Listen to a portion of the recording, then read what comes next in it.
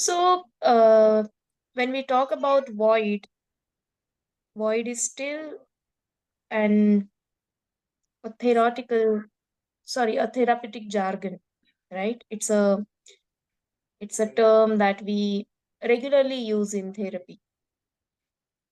So, I think we would like to decode it first so that you can understand, even if you don't know things about therapy. So, void is a part in us who is not liking to feel a certain painful emotion, and to avoid that painful experience, the mind has found a coping by distracting it and getting um, busy with or engaged into certain activity. And then whenever similar experience happens, we tend to do the same thing again and again in order to avoid this painful experience. So we are avoiding certain pain, and to avoid, when we go after certain activities or certain things in our life again and again, it can never be, mm, you know, a fulfilling experience for us because it is not coming from a healthy place. For example, somebody who feels lonely, and in the moment of loneliness, they tend to go and uh, let's say distract themselves with eating something. Now every time a situation gets triggered where they are going to feel lonely, their mind will tend to take them towards eating that specific thing, and then that eventually will turn into an addiction. So it is observed in therapy that addictions specifically come from voids. Now, do we have addictions only as an outcome of void? Or can addictions be only in the form of certain substances? No, there could be a habit at times, and that habit might be a damaging, harmful habit. It can also be a productive habit. For example, somebody who feels insecure, and out of insecurity, they start working hard. So they are very focused on their work, but maybe they become workaholic. So if you look at it, somebody who's so focused at work may look like, oh, it's a good thing, right? It's a good habit, but maybe it is coming from wanting to avoid the insecurity in life. So then it is not coming from a healthy place again. So at times, even our healthy habits could be coming from uh, the emptiness inside us, which we don't want to feel, that painful experience inside us, which we want to avoid. That is the void. So, why void? Why is it called void? We are trying to fill a void with something else by doing something or getting some other experience. But because we are not addressing the exact feeling behind this, that insecurity or loneliness, it is a never ending process. That's why it is like a bottomless hole. So somebody who is very insecure might, work very hard, achieve lot of things in career. Still, the insecurity may not go away, or have, earn a lot of money and keep replacing or keep creating different experiences where they feel that by doing something like this, I will stop feeling insecure, but that will not work that way. So it's as though whatever we do to replace that feeling will go into that bottomless hole. So it will never fill the pot. And it is an ongoing process. Am I right, Priya? You want to add anything to this? Yeah, so I think that was very simply and wonderfully explained. And uh, it is a bottomless hole because the bottom is to acknowledge that I feel this. So once, the way in which a person can come out of a void, or um, understanding that they are doing certain things to fill the void, that is the first thing. And the second is, the way a void can be addressed is to first understand that this is my void. Like, for example, in the example that she gave, that insecure, I'm insecure and that's my void, or I'm fearful and that's my void. So most times, identification of a void in a therapeutic process is itself a very, very big session for the client. That's because the bottomless pit has actually got a bottom now. And then the healing process begins when there is a different kind of therapies or different kind of therapeutic process which is done. So, though we feel that identification of a void is just an diagnostic session in therapy, um, the identification of it itself is a huge, huge, healing, because something which was not acknowledged, something which was not even understood, or which was as close to skin, has now been identified as an issue, and that has, got a bottom now, or has been, the core of it has been identified. So void is a very, very big identification of a void is a very big session in therapy. And to catch that for a therapist also sometimes becomes difficult, because for the client it's very difficult to identify that something like this could be a problem. For example, a person who's into extreme exercise, so for them it's very difficult to come and say that I'm exercising so much that it's tiring me and I'm still not feeling very good about myself. So to say that, or to identify that, because, or as she said, a workaholic, because nothing seems wrong, but actually that is not coming from a healthy space.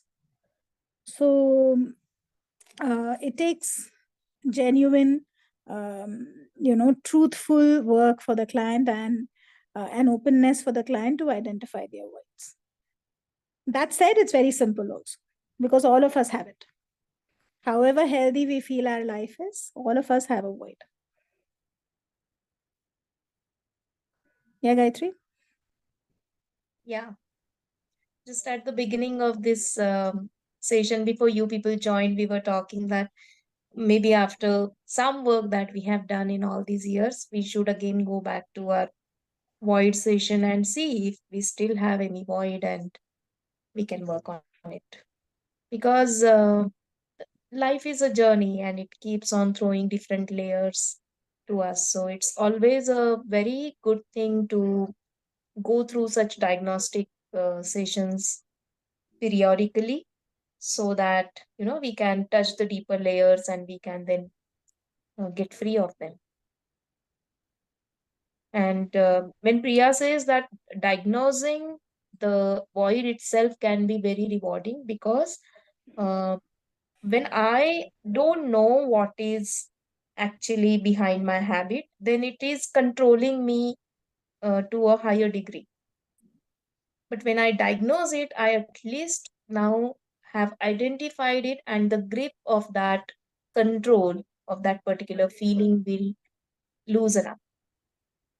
So, in a therapeutic language, we always say that whatever comes to our awareness, that does not repeat itself as a fate, because now we have that in our awareness and we can do something about it.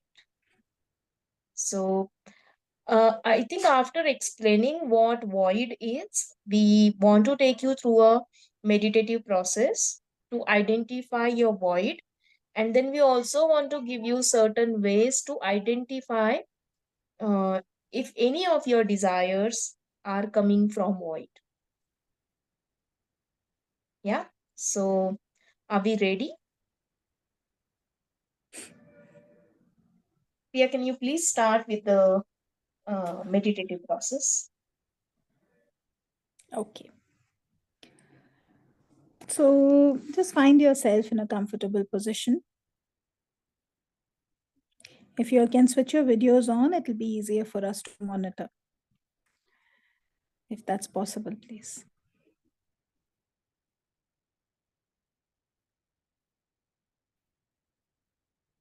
So if you can sit down in a comfortable position,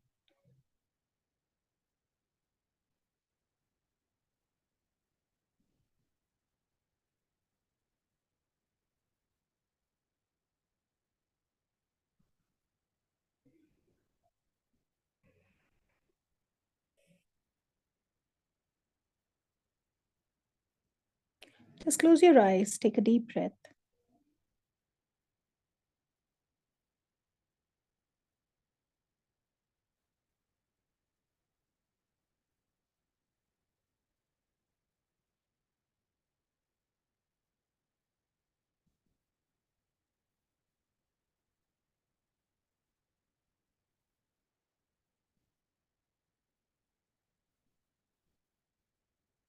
And as you sit with yourself, with this understanding of void, with this understanding of some emotion that you have been trying to avoid feeling,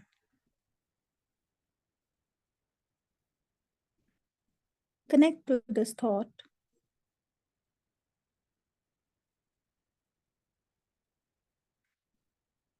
and within your body,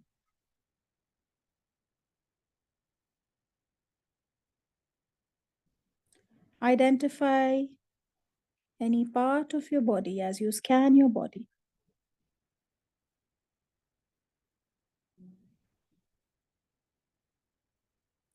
A part which feels kind of empty.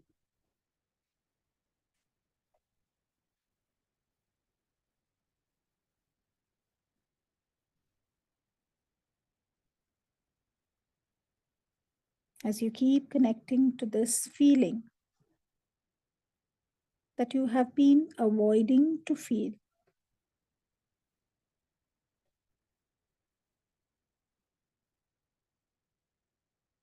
just connect to the sensations in your body.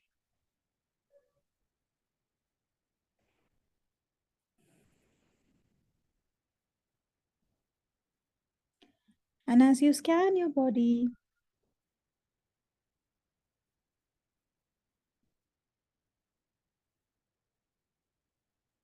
identify any part of the body that feels as though it is empty.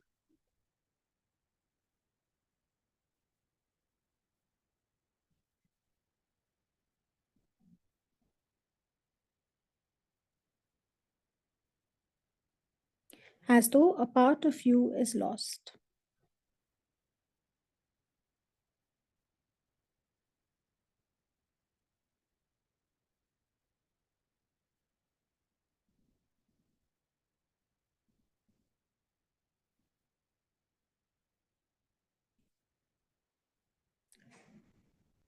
When you have identified this part of your body that feels empty, that feels lost,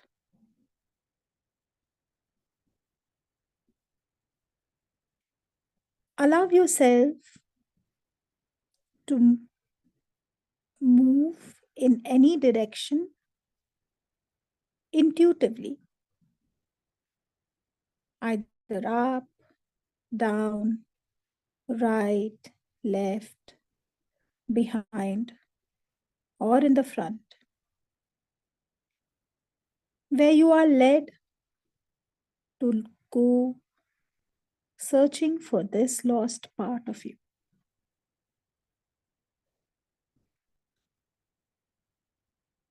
Intuitively feel yourself being pulled in that direction.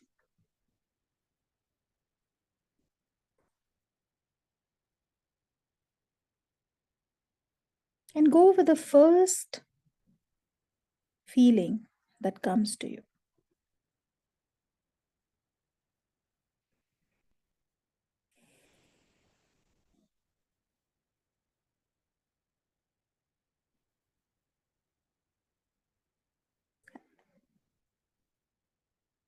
As you connect to this pull,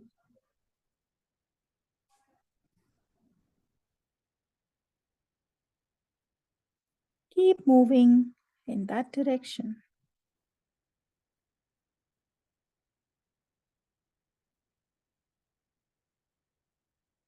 as it is leading you to that part of you which you have lost.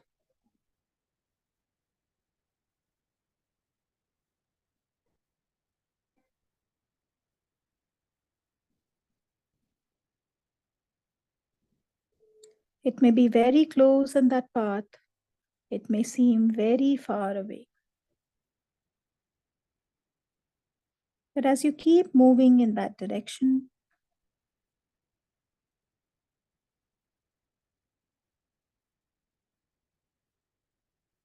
you will reach either an incident or a younger part of you who's waiting for you over there.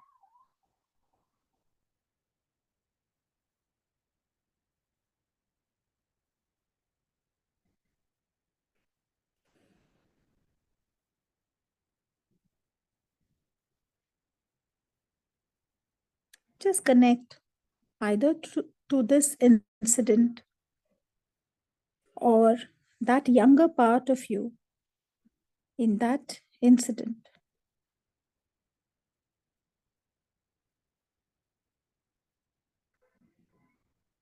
What is happening?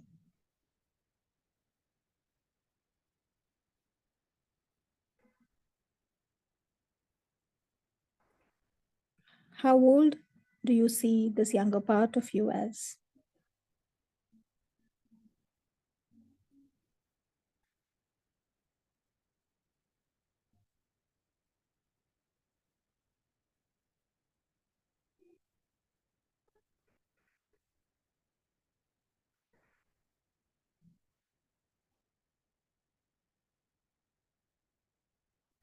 How is this younger part of you feeling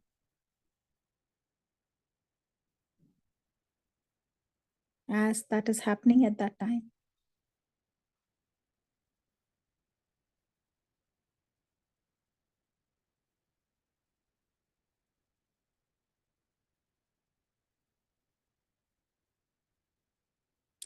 Does he or she have any thoughts?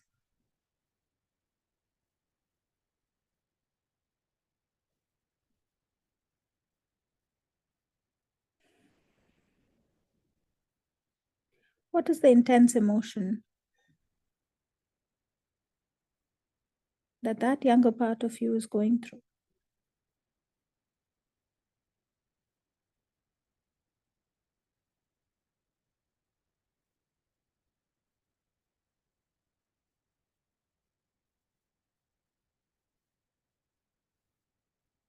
Which I'm sure that part of you is not able to process.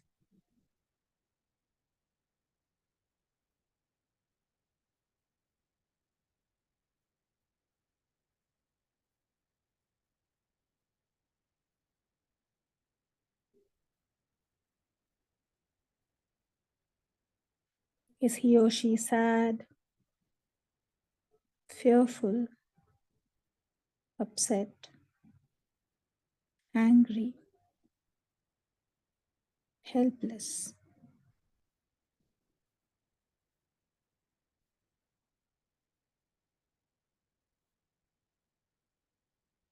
Or is he or she feeling something else?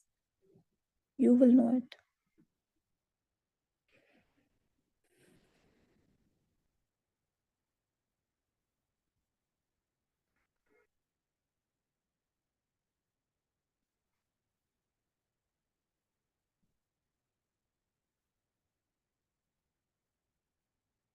Is there anything that younger part of you is telling himself or herself as this incident is happening?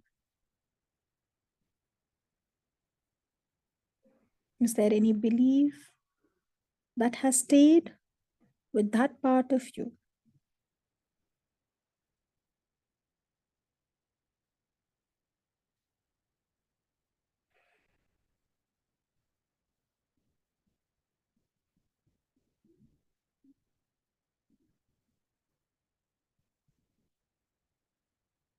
Just make a note as you view all of this.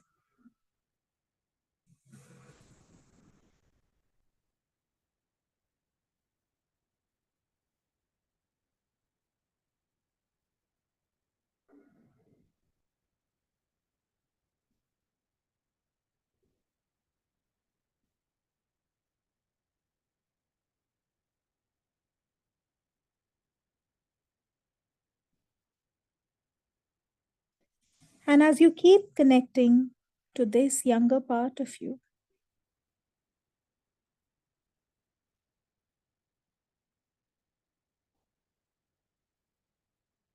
just bring in that part of you into a space of your choice, into your safe space.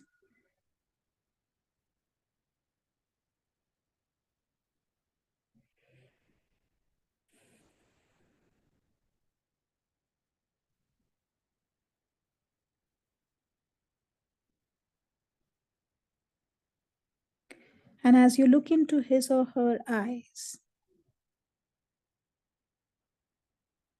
just check. Does that part of you recognize you?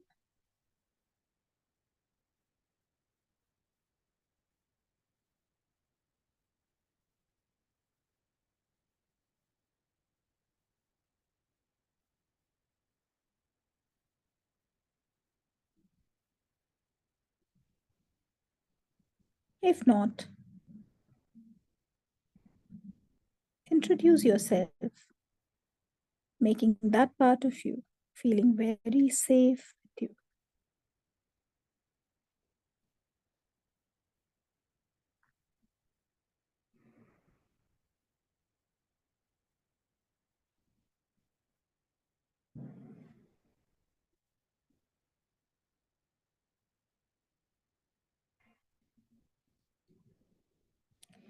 And you, as the adult of today, can tell that part,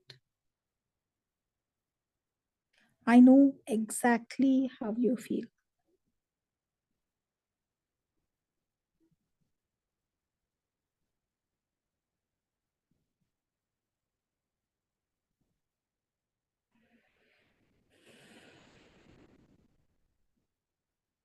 And I am now here for you.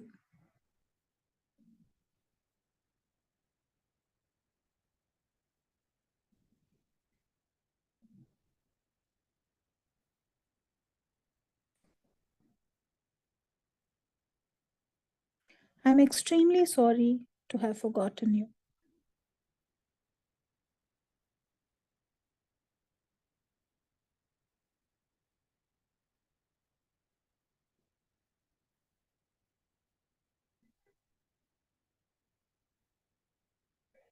But I'm now here to sort things for us.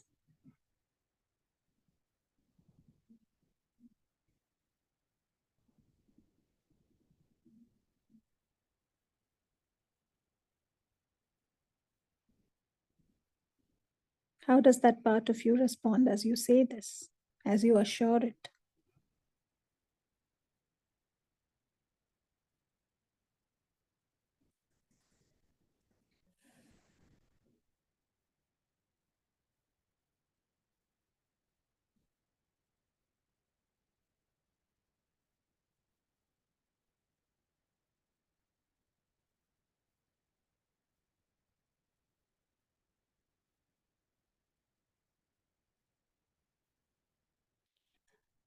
You may now place your hands on that part of your body that felt empty in the beginning and see how does it feel now.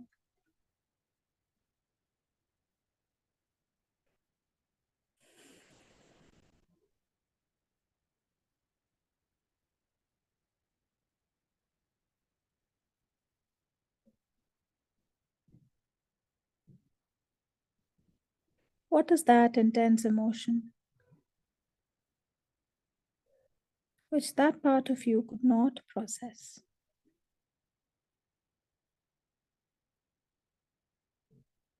And are there any beliefs, any decisions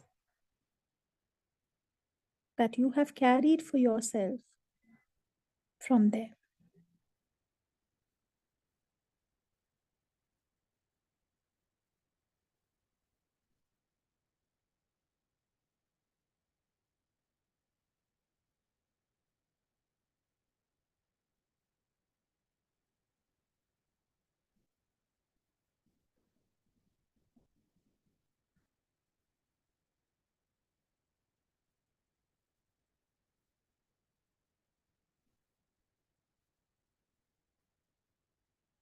Just check with that younger part of you.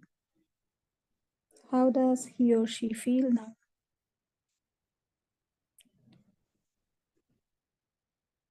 Now that it knows that you're there.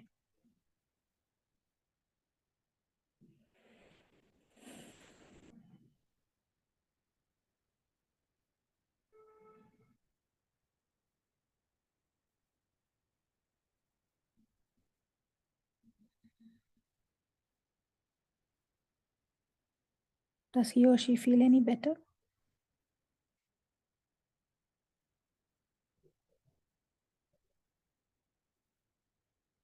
Does it need time?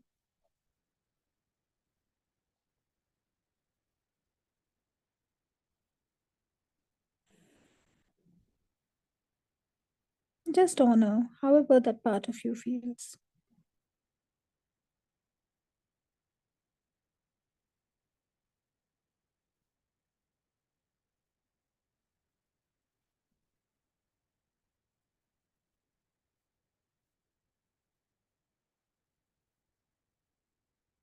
You may place your hands on that part of the body from where you started, noting down all your realizations.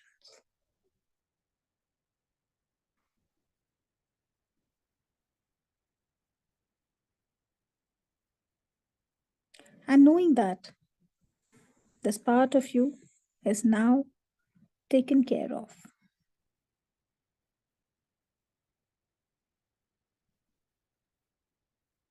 And you will come back if it needs more help.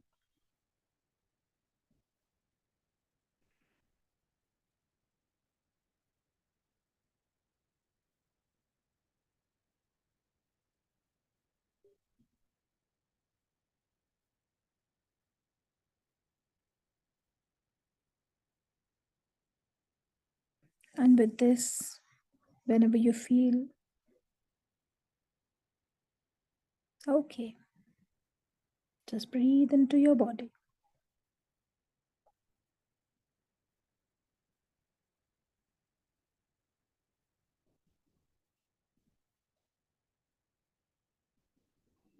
Breathe into the here and now.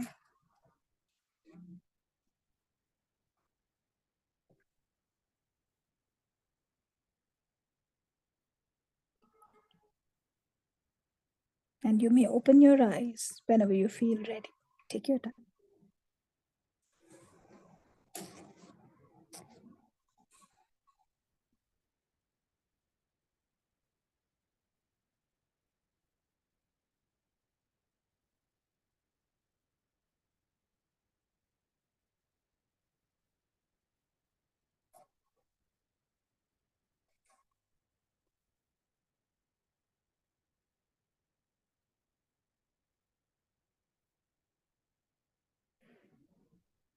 Once you open your eyes, just sit with your realizations. And you all may share if you feel like.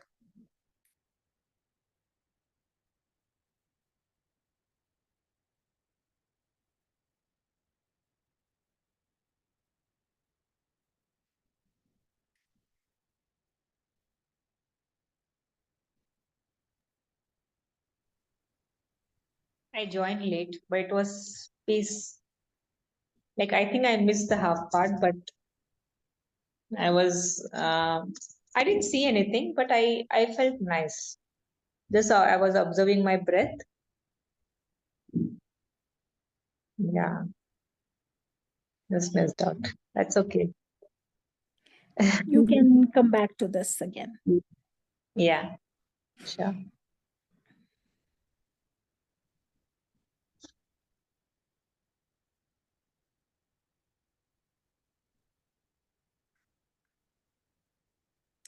Gayatri, do we want to stop the recording to take the sharing? We could do that. Or would you want to share the questions and then we take the sharing in the end? That is also okay. Uh, I think, yeah, let's complete it and then at the time of sharing, we can stop the recording. Yeah. So, first of all, thank you for a very powerful process. I followed it and I found something. So, thanks for that. Thank you. So, yeah, as uh, as I mentioned at the beginning, that we are going to give you certain pointers to understand if your desires are coming from any void, any bottomless hole, how to know if the desire is not coming from a healthy place. So, a very obvious indication that the desire is not coming from healthy place is whenever you experience your desire being fulfilled, you still don't feel complete about it. It takes a lot of effort for you to feel the joy and feel complete about feeling that happiness and joy of that particular experience and move on with life, move on to the next experience that the flow of life is demanding. For example, somebody who may like to spend time with friends, and if that is not coming from a healthy place, when they are alone, they feel empty or left out. That's the reason they spend more time with their friends. Then, whenever the meeting or the occasion gets over, they may not feel that that experience is complete for them and they are ready to get back to their routine. Or somebody, let's say, who likes to travel a lot, and when you complete your vacation and you come back uh, looking forward to your routine now, then you know that that vacation time, that relaxation time you have enjoyed, and now you are actually looking forward to the whatever is your routine or whatever next thing, a work or any other commitment that is planned, and you are okay to move to that. Then you know that whatever experience you were looking for during the vacation, that came from a healthy place. If you struggle to get back to the routine, if you keep feeling low about, oh, now I'll have to go back to my work again, then that particular um, getaway wasn't coming from a fully healthy place. So that is one way to know if you are living your desires from a void. That's one very strong indication. Ria, would you like to add anything? Yeah, I would actually like to give Bollywood experiences. I think Bollywood, two movies which are coming to my mind, which have clearly shown a void, is the recent movie Rocky and Rani, K Prem Kahani. Whoever has watched that movie, the two ladies sit in the night and they eat whatever they want to eat. The Punjabi ladies in the family. So that's because there is no sense of recognition. At least that's what they have shown in the movie, that they haven't got a sense of recognition and accomplishment. So they fill it with food. Another movie was, the one Dil Dhadakne Do, Anil Kapoor and Shefali Chaya, where the husband is kind of ignoring his wife and not giving her the love that she wants. And you find Shefali Chaya going back and just gobbling up ice cream while she is crying.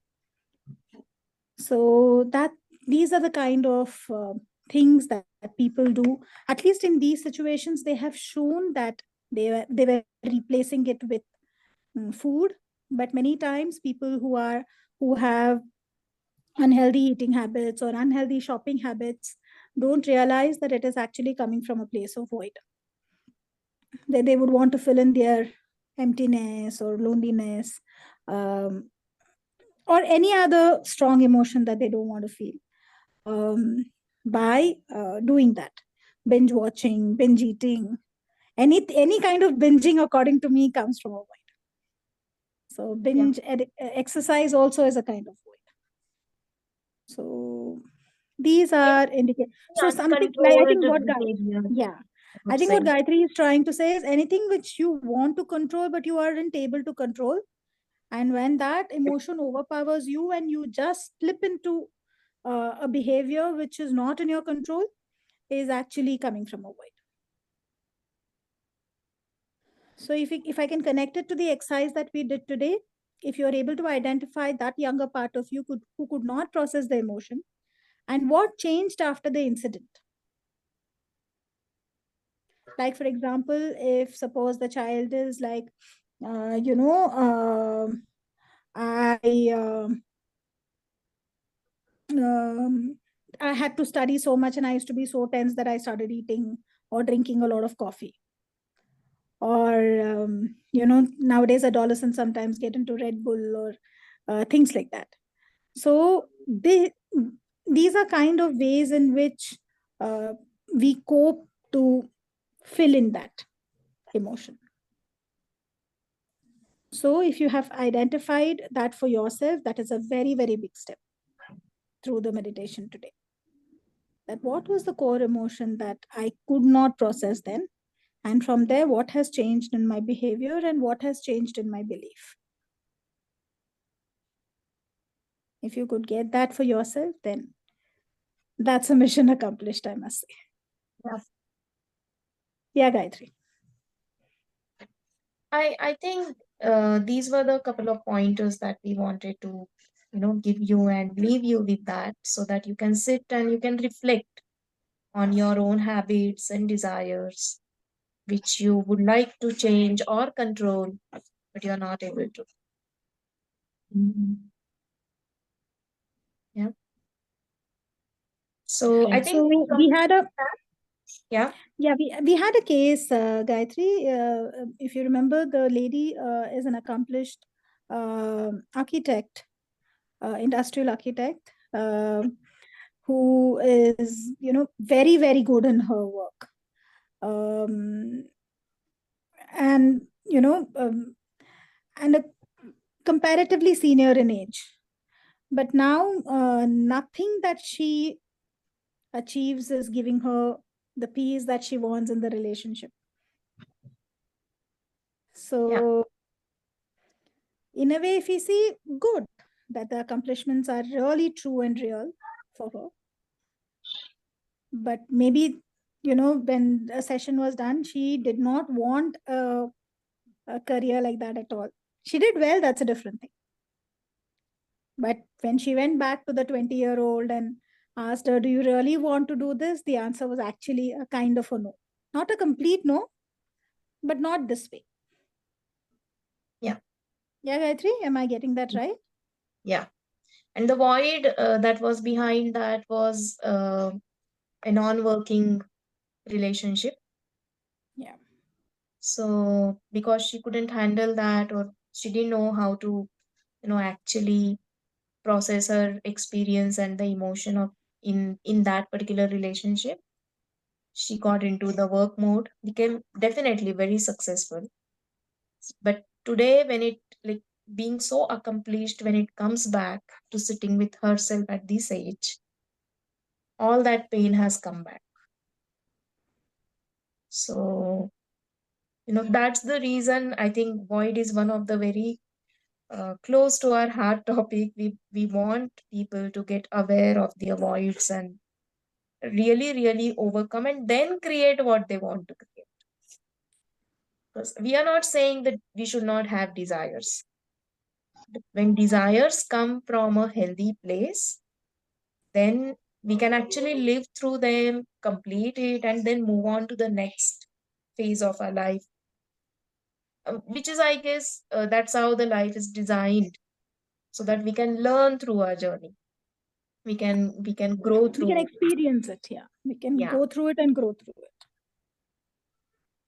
That's the This also takes me, I think I'm a Bollywood buff. Even the movie Animal seems to be like a big experience around void. Thinking of it. So void means emptiness. That is what it is. Yes. We did speak about it in the starting before we started the process. So Okay. you could go through this recording, Shilpa, and Yeah, we yeah, can yeah. get back. YouTube channel. Yes, definitely. Thank you, I'll Priya. now stop the Right. recording before we take any sharing. Yeah. Yeah.